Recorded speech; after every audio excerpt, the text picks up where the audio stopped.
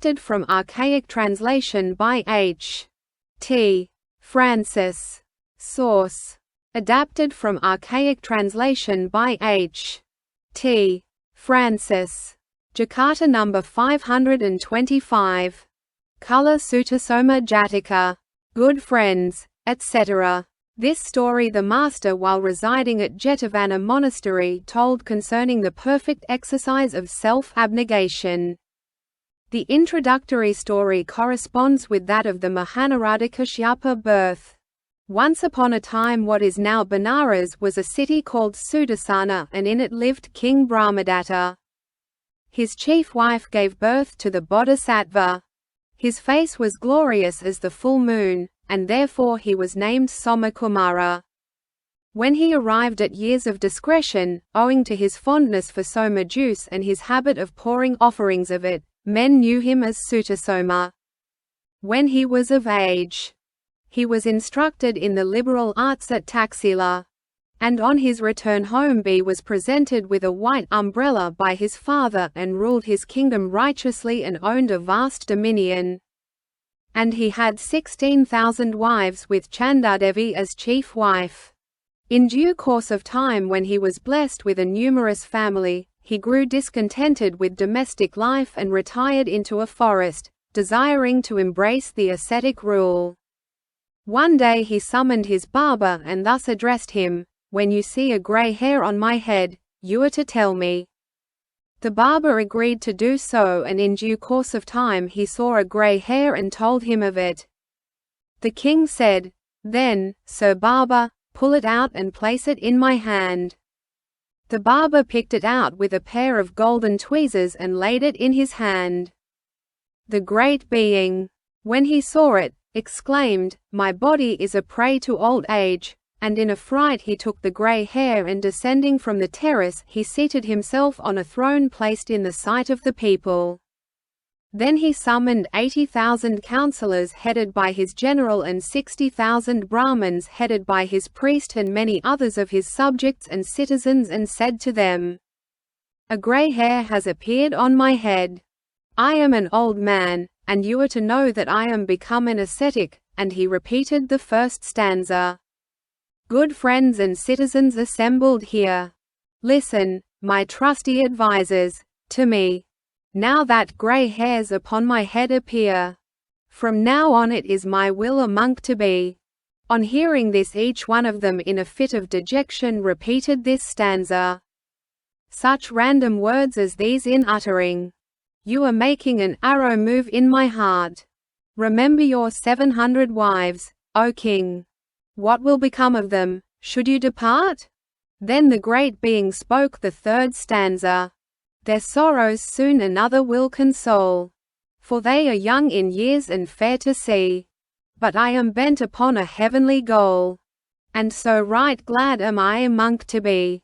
His advisers, being unable to answer the king, went to his mother and told her about it. She came in hot haste and asking him, "Is this true what they say, dear son, that you long to be an ascetic?" She repeated 2 stanzas. Ill-fated was the day, alas, that I was hailed as mother to a son like you. For regardless of my tears and bitter cry, you are resolved, O king, a monk to be. Cursed was the day, alas, that I, O Sutasoma dear, gave birth to you. For regardless of my tears and bitter cry, you are resolved, O king, a monk to be. While his mother thus mourned, the Bodhisattva uttered not a word. She remained apart all by herself, weeping. Then they told his father. And he came and repeated a single stanza. What is this law that leads you to become eager to quit your kingdom and your home? Whither your old parents left behind to dwell? Here all alone, seek'st you a hermit's cell? On hearing this the great being held his peace.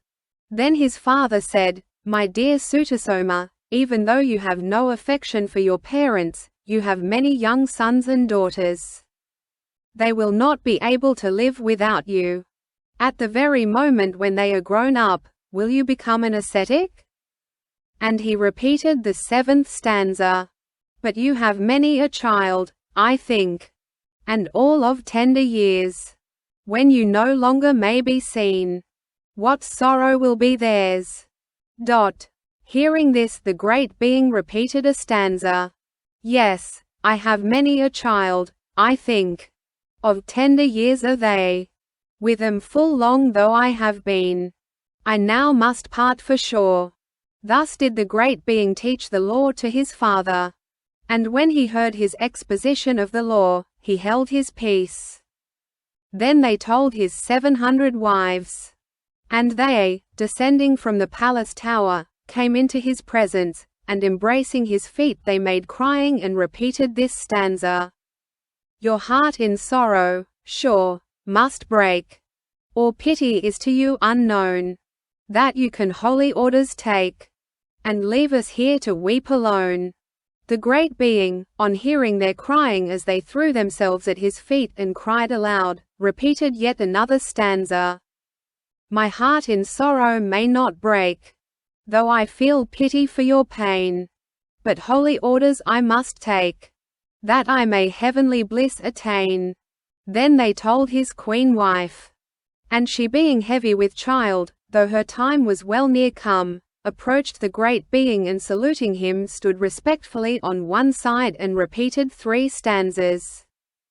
Ill-fated was the day, alas, that I, O Sutasoma dear, married you.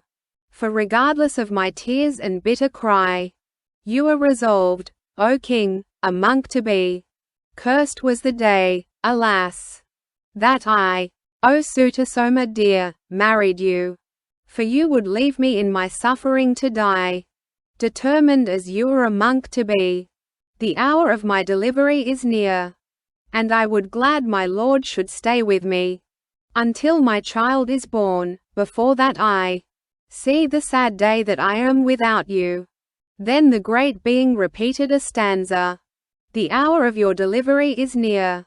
Until the babe is born, I'll stay with you. Then will I leave the royal little devil and fly far from the world a holy monk to be. On hearing his words she was no longer able to control her grief, and holding her heart with both her hands, said, From now on, my lord, our glory is no more. Then wiping away her tears she loudly mourned. The great being to console her repeated a stanza. My queen, with eye like ebon flower, dear Chanda, weep not you for me, but climb once more your palace tower. I go without one care for you. Being unable to bear his words she mounted the palace tower and sat there weeping. Then the Bodhisattva's elder son seeing it said, Why does my mother sit here weeping? And he repeated this stanza in the form of a question. Who has annoyed you, mother dear? Why do you weep and stare at me? Whom of my family that I see here must I, even if all wrong, kill for you? Then the queen uttered this stanza. No harm, dear son, may touch his head. Who lives to work such suffering for me? For know it was your sire who said, I go without one care for you. Hearing her words he said, Dear mother, what is this that you say? If this be so, we shall be helpless, and making crying he spoke this stanza. I who once ranged the park to see wild elephants engage in fight. If my dear sire a monk should be, what should I do, poor luckless creature? Then his younger brother who was 7 years old, when he saw them both weeping, came near to his mother and said, My dear ones, why do you weep? And hearing the cause he said, Well, cease to weep. I will not allow him to become an ascetic. And he comforted them both. And with his nurse, coming down from the palace tower, he went to his father and said, Dear father, they tell me you are leaving us against our will and say you will be an ascetic. I will not allow you to become an ascetic, and clasping his father firmly by the neck he uttered this stanza. My mother, lo, is weeping and my brother gladly would keep you still. I too will hold you by the hand. nor let you go against our will." The great being thought, "This child is a source of danger to me. By what means am I to get rid of him?" Then looking at his nurse he said, "Good nurse, see this jewel ornament. This is yours. Only take away the child, that he be not a hindrance to me." And being unable by himself to get rid of the child who held him by the hand, he promised her a bribe and repeated this stanza: "Up, nurse, and let the little boy play with him in some other place. Otherwise by chance he should mar my joy, and hinder in my heavenward race." She took the bribe, and comforting the child she went with him to another place, and thus mourning repeated this stanza: "What now if I reject outright? I need it not, this jewel bright? For should my lord a hermit be, what use would jewels be to me?" Then his commander-in-chief thought, "This king, I think, has come to the conclusion that he has but little treasure in his house. I will let him know he has a great quantity." So standing up he saluted him and repeated this stanza: "Your coffers filled with treasure vast. Great wealth have you, O king, amassed. The world is all subdued by you. You take your ease. No hermit be." Hearing this, the great being repeated this stanza: "My coffers filled with treasures vast. Great wealth has been by me amassed. The whole world is subdued by me.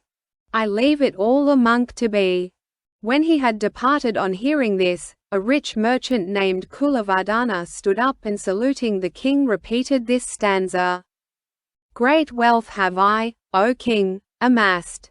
Beyond all power of understanding vast. See, I give it all to you. You take your ease. No hermit be." On hearing this the great being repeated a stanza: "O Culla-sutasoma-jataka, I know. Your wealth to me you would give. But I a heavenly goal would win. So I renounce this world of sin." As soon as Culla-sutasoma-jataka had heard this and was gone, he thus addressed his younger brother Soma-jataka: "Dear brother, I am as discontented as a wild cock in a cage. My dislike to household life gets the better of me. This very day will I become a hermit. Do you undertake to rule this kingdom?" And handing it over to him he repeated this stanza: "O Soma-jataka, sure I feel strange disgust over my senses steal, at thought of my obsessive sins. Today my hermit life begins." On hearing these words Soma-jataka too longed to be a hermit, and to make this clear he repeated another stanza: "Dear Sutasoma, go and dwell, as it pleases you in hermit cell. I too a hermit gladly would be, for life were nothing apart from you." Then in refusing this Sutasoma repeated a half stanza: "You may not go, all through the land. Home life would all come to a stand." On hearing this the people threw themselves down at the feet of the great being and, mourning, said, "Should Sutasoma go away, what would become of us, we ask?" Then the great being said, "Well, grieve not. Though I have been long with you, I shall now have to part from you. There is no permanence in any existing thing." And teaching the law to the people, he said, "Like water through a sieve, our day, so brief alas, fast slips away. With life thus circumscribed, I think, no room for carelessness is seen. Like water through a sieve, our day, so brief alas, fast slips away. With life thus circumscribed all round, only the fool is careless found. Bound fast by lusts, in which they fell, such men enlarge the bounds of hell, crowd the brute world and realm of ghosts, and multiply the demon armies." Thus did the great being instruct the people in the law. And climbing to the top of the palace of flowers he stood on the 7th story, and with a sword he cut off his top knot and cried, "I am now nothing to you. Choose you a king of your own," and with these words he threw his top knot, turban and all, into the midst of the people. The people seized hold of it, and as they rolled over and over on the ground they loudly mourned. And a cloud of dust rose at this spot to a great height.